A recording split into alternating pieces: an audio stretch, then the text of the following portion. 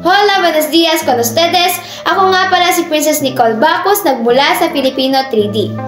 Sa araw na ito, matutunghayan natin ng magandang tanawin, kultura at pagkain na mayroon ng Zamboanga City. Bago tayo tutungo doon, mayroon muna akong ipapakita ang mga video na maaari ninyong puntahan. Sa mga hindi pa nakakapunta, wag nang patumpik-tumpik pa. Arat na!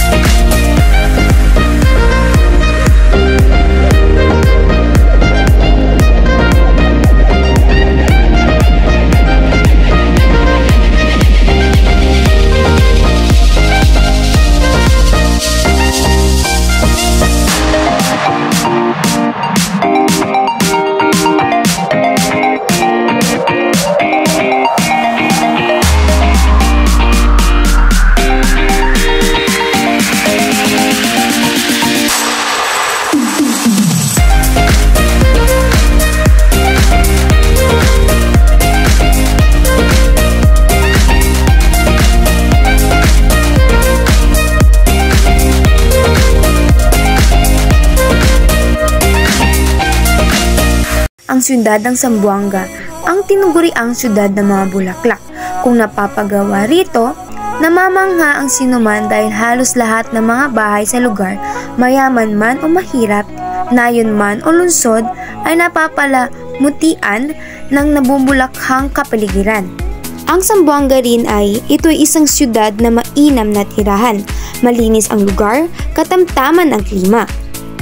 Zamboanga Hermosa, ang wika ng himno o awit ay maaaring mula sa wikang Kastila o Espanyol o hindi kaya ay mula sa makalumang wikang Chavacano na hindi pa masyado naimpluwensyahan ng mga ibang wika sa Pilipinas at ng wikang Ingles at di gaya sa mas moderno at kasalukuyang wikang Chavacano na higit nang lumayo mula sa wikang Kastila o Espanyol na siyang malaking basehan o pinagbatayan na pinagmulan o inang wikang nito.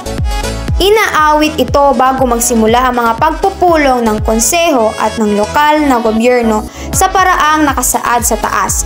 Kadalasan o lagi rin itong inaawit sa paraang nakasaad sa taas bago ang mga pulong, pista at mga okasyon, panggobyerno at pampaaralan at madalang o di kaya't hindi sa mga samot-sari o personal na okasyon. Ang Port Pilar ay isang maong na tinayo ng mga Espanyol sa lungsod ng Zamboanga noong 1635 upang makapagbigay ng proteksyon sa kanila at sa mga taal na nasabing lugar laban sa iba pang mga mananakop.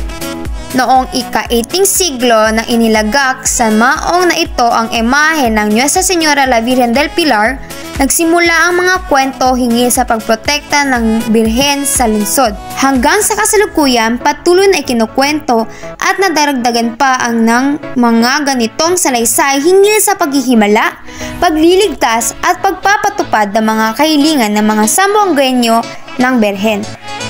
Isa sa mga pangunahing dinadayo ng mga lokal at dayuhang turista sa Zamboanga City ang Santa Cruz Island, na kilala rin sa tawag na Pink Island. Ang nagkukulay raw sa sitong buhangin ay teknika na tinatawag na pink coralline sand na nagmula sa napulbos na red organ pupae corals na tinangay sa pangpang at naihalo sa puting buhangin kaya nagmimistulang pink ang baybayin. Zamboanga Hermosa Festival kabilang sa maraming mga katangian ng kultura na iniwan ng Espanya sa Pilipinas. Sa kanilang 300 na taong panuntunan ay ang kanilang pagmamahal sa pista. At wala kahit saan ang kamabal ng Espanyol na ito kaysa sa Zamboanga Hermosa Festival. Simula sa mga kantang kumanta sa mga mayaman na Espanyol na mayaman sa magagandang sayaw sa Traje de Mestiza, madaling makita ang lalim ng impluwensya ng Espanya dito. Zamboanga Hermosa Festival, kilala ding bilang Fiesta Pilar, ay ginugunita tuwing buong buwan ng Oktubre. pinagdidiriwang ang pista para sa patron saint na sa Nuestra Señora de Virgen del Pilar or Our Lady of the Pilar.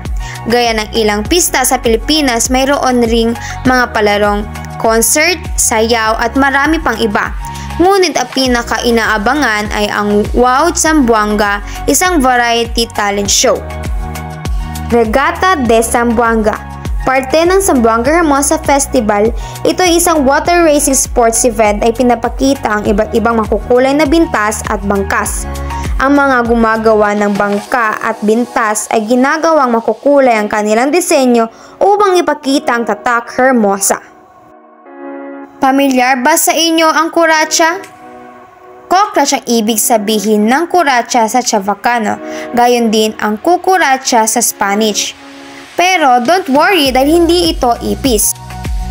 Ang kuratsa ay tinutukoy ay ang spinner crabs na isa sa pinakakilalang pagkain dito sa Zamboanga. Tetuan lechon. Walang pork sa mga Moro dishes dahil sa kanilang religion, pero hindi ibig sabihin noon na walang pork sa Zamboanga. Kung nagke-crave ka ng pork, best place na puntahan ang Tetuan. Dahil dito may lechon kahit saan ka lumingon. Maraming kikos na nagbebenta ng lechon dito per kilo. Isa pang lugar kung saan maraming street food vendors ay ang RT Lim Boulevard. Ilan sa mga street good dito ay satay o ihaw-ihaw, pastil at lokot-lokot. May balot at penoy vendors din kapag palubog na ang araw. May mga vendors din ng mi goreng na nasa styrofoam containers. Meron itong fried egg sa ibabaw, kalamansi at pwede ring lagyan ng hot sauce. Sa video na aking ipinakita, yun ang mga gandang tanawin na maaari niyong puntahan. Pati ang mga tradisyon na ginagawa sa kapistahan katulad ng Hermosa Festival. At ang mga masasarap na pagkain hindi lang masarap, kundi ay kilalang kilala ito dito sa Zamboanga. Huwag nang patumpik-tumpik na halina at pumunta na sa Zamboanga. Yun lamang po at maraming salamat!